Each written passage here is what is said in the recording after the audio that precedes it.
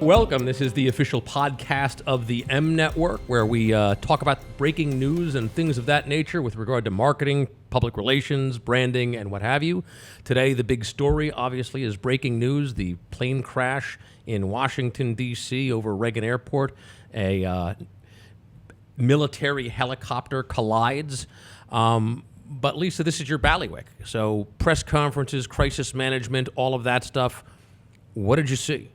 Well, I saw an excellently executed press conference. And, it's nice to be able to actually use that as an example to learn from. Because, we always look for the negative, the bad things that happen. Right, the critique. Right? The critique. But really, the critique here is, there's no critique. It was a well-executed event that was done, obviously, under a tremendous amount of pressure. Most people didn't have a lot of sleep the night before. It was done very well, from all the optics to the rundown to the topic and how they handle the press. Yeah, indicative of a crisis plan that had been in place for a very, very long time, and they're executing on that crisis management plan or that crisis communications plan. Everybody knew where to go. They knew what their roles were. What did you notice about the press conference specifically that our clients can emulate?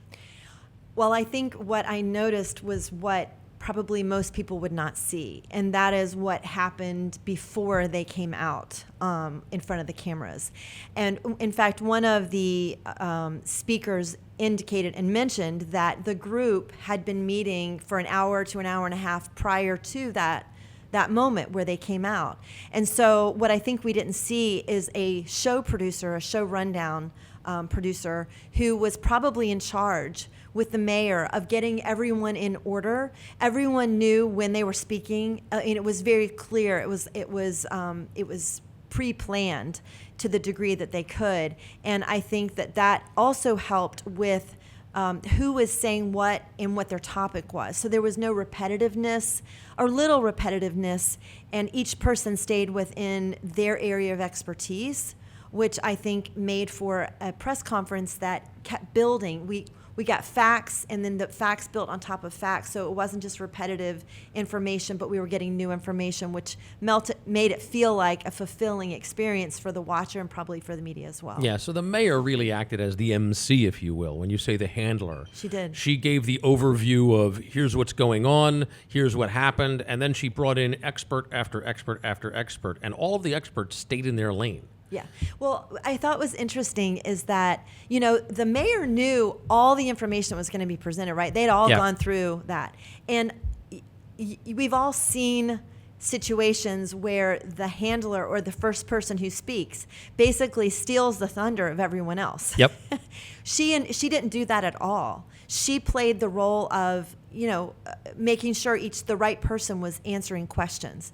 And I just thought she did a very good job of handling in the entire moment. In fact, each person was given about 2 minutes, 2:30 to speak, so things moved along. But once it got to the actual questions from the press, that was also tightly orchestrated. It seemed like they had an out time. They were not going to stay there all day and answer questions, and there was no shame in not knowing the answer to all the questions, especially that early on, because when the press conference we're referring to happened at 8:30 this morning. Developing story. We don't have all the information. Yeah. So when we counsel our clients on crisis management or crisis communications, a lot of times we say we just want the information to come through one person, right? All of the facts, all of the figures, all of the statements, they come through one person. That way, there's no conflicting messaging. Everything's vetted. Everything's accurate. We know it's true. We're not putting out information that is going to be doubled back on later. That wasn't the case in the press conference. Was that something unique to you, or am what I'm saying it's not applicable? Because when we do crisis communications, it's not a press conference. It's reporters calling one location. Right. Well, I think in this case, these were not spokespeople. These were the heads of departments. So, and especially when news is breaking so quickly, it's really important that those individuals could speak to their topic. So there's no way one person could have all that information.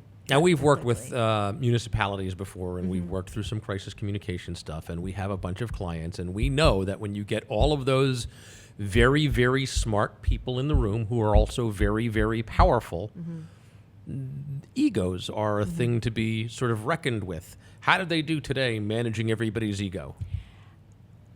I thought everyone's ego was in check. I mean, from my perspective, it was an even playing field. Again, everyone knew their role. I'll tell you what I did like was Sean Duffy.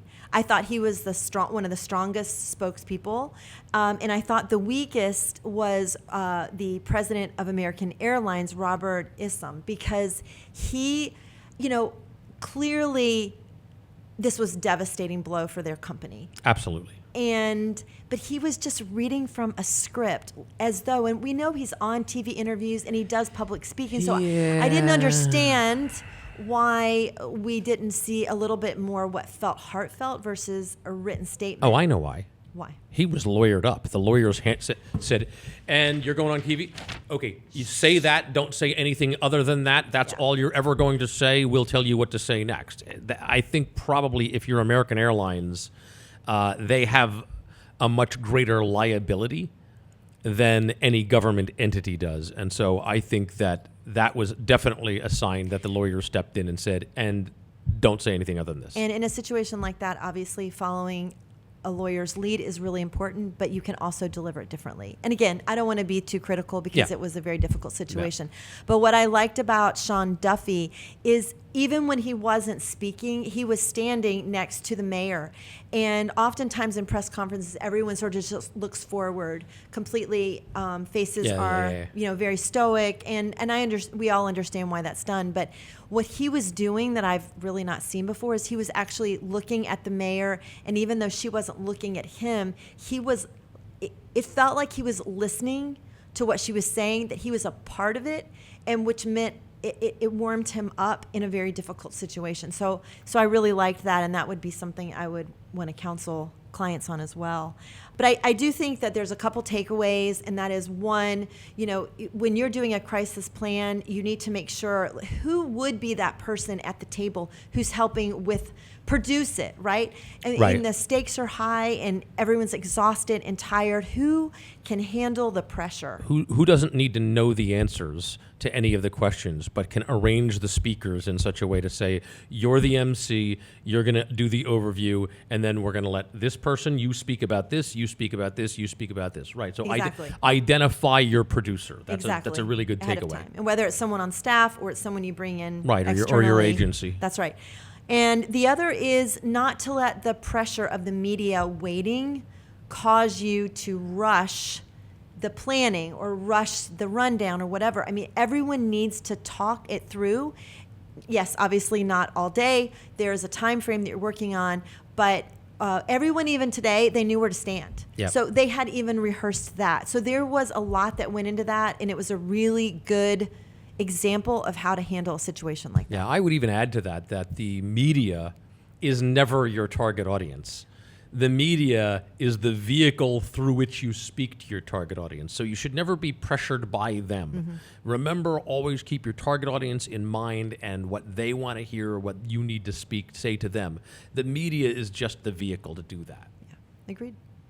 Those are your takeaways? Those are my takeaways. All right, well... Unfortunately, on this situation. Yeah, so we'll keep watching and see how it develops. But that's some interesting takeaways from our PR expert here at the M Network. I hope it's helpful to you guys in putting together your crisis management, crisis communications plans.